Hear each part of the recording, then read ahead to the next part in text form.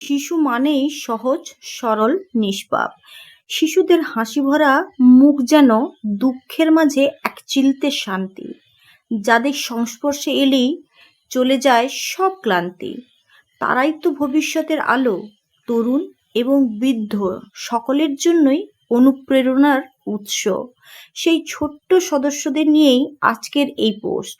শিশুদের সম্পর্কে কয়েকটি কথা আপনাদের সঙ্গে ভাগ করে নেব, যা অত্যন্ত গুরুত্বপূর্ণ। শিশুরা বাগানের ফুলের মতো। তারা আমাদের জীবনে আনন্দ, সুখ এবং রং নিয়ে আসে। তাই তাদের কথা মাথায় রেখে এইগুলি আমাদের সকলের অবশ্যই পালন করা দরকার। নমস্কার বন্ধুরা, ইন্সপিরেশন উইথ পায়েলতে আপনার স্বাগত। বন্ধুরা, ভিডিওটি ভালো লাগলে আমার পাশে থাকবেন এবং একটু সাপোর্ট করবেন। তো চলুন ভিডিওটি শুরু করি। শিশুদের সামনে উচ্চস্বরে কথা বলা বা ঝগড়া করা মোটেও উচিত না। শিশুদের সকল প্রশ্নের উত্তর দিন। তাদের প্রশ্নে বিরক্ত হওয়া যাবে না। শিশুদের আজগুবি ব্যাখ্যা না দিয়ে সঠিক ব্যাখ্যা দিন।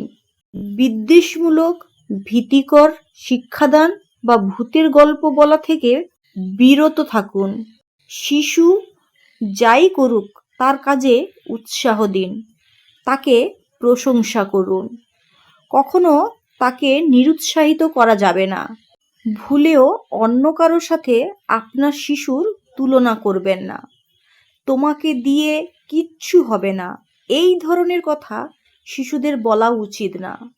শিশুকে দিয়ে বই পড়ার অভ্যাস গড়ে তুলুন।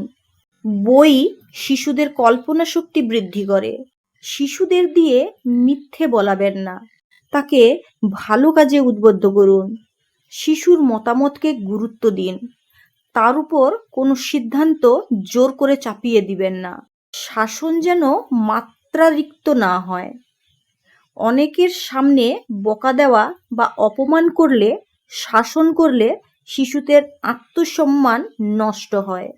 শিশুদের জন্য প্রতিযোগিতা একটি অসুস্থ প্রতিযোগিতা। শিশুদের খুব বেশি প্রতিযোগিতায় নিবেন না। শিশুদের পড়া মুখস্থ করতে দিবেন না। মুখস্থ বিদ্যা কল্পনা শক্তি লোপ করে দেয়। শিশুদের জন্য প্রতিদিন খেলাধুলা, ছবি আঁকা ও মানসিক বিনোদনের আলাদা সময় রাখুন।